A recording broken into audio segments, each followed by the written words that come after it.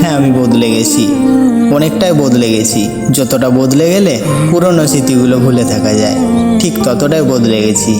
আমি বদলে গেছি বলাটা সম্পূর্ণ ভুল হবে, কারণ আমি স্বেচ্ছায় বদলাইনি, আমি বদলে যেতে বাধ্য হয়েছি। হ্যাঁ, আমি বদলে যেতে বাধ্য হয়েছি। প্রিয় মানুষগুলোর অবহেলায় সবসময় আড্ডা দেওয়া মানুষটা আজ একা বসে থাকে। সবসময় হাসি খুশি থাকা মানুষটা আজ নীরবতা পালন করে। সবার সাথে হাসি খুশি থাকা মানুষটা আজ চুপচাপ বসে থাকতে ভালোবাসে, যার জন্য এখন আমাকে প্রতিনিয়ত শুনতে হয় আমি নাকি বদলে গেছি।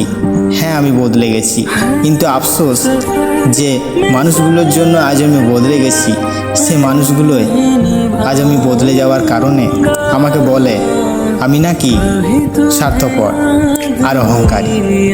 সত্যি তো এটাই, বদলে যাওয়াটা সবার চোখে পড়ে, কিন্তু বদলে যাওয়ার কারণটা কেউ জানতে চায় না। তুমি কতটা কষ্টে আছো তা কেউ দেখতে আসবে না, কিন্তু প্রাণ খুলে হেসে দেখো, সে হাসিতে হিংসে করার মতো লোকের অভাব নেই। চুপ থাকতে শেখো, দেখবে একদিন যে তোমার সাথে খারাপ ব্যবহার করেছে সেও একদিন তোমার পায়ে এসে পড়বে। নিজেকে ভালো রাখার দায়িত্ব নিজেকেই নিতে হবে, কারণ খারাপ থাকলে কেউ ভালো রাখতে আসবে না।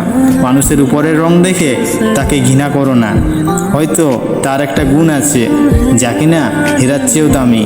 স্বপ্ন পালিয়ে যায় ঘুম ভেঙে গেলে, আর মানুষ পালিয়ে যায় স্বার্থ ফুরিয়ে গেলে। ভাঙা বিশ্বাস আর ফেলে আসা সময় কোনোদিনও ফিরে আসে না।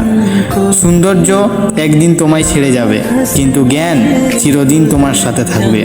রূপ দিয়ে তো সবাই নিজেকে সাজাতে পারে, যে গুণ আর চরিত্র দিয়ে সাজাতে পারে সেই তো হলো আসল মানুষ। আমার কথাগুলো যদি ভালো লেগে থাকে তাহলে লাইক অ্যান্ড সাবস্ক্রাইব করে দেবেন।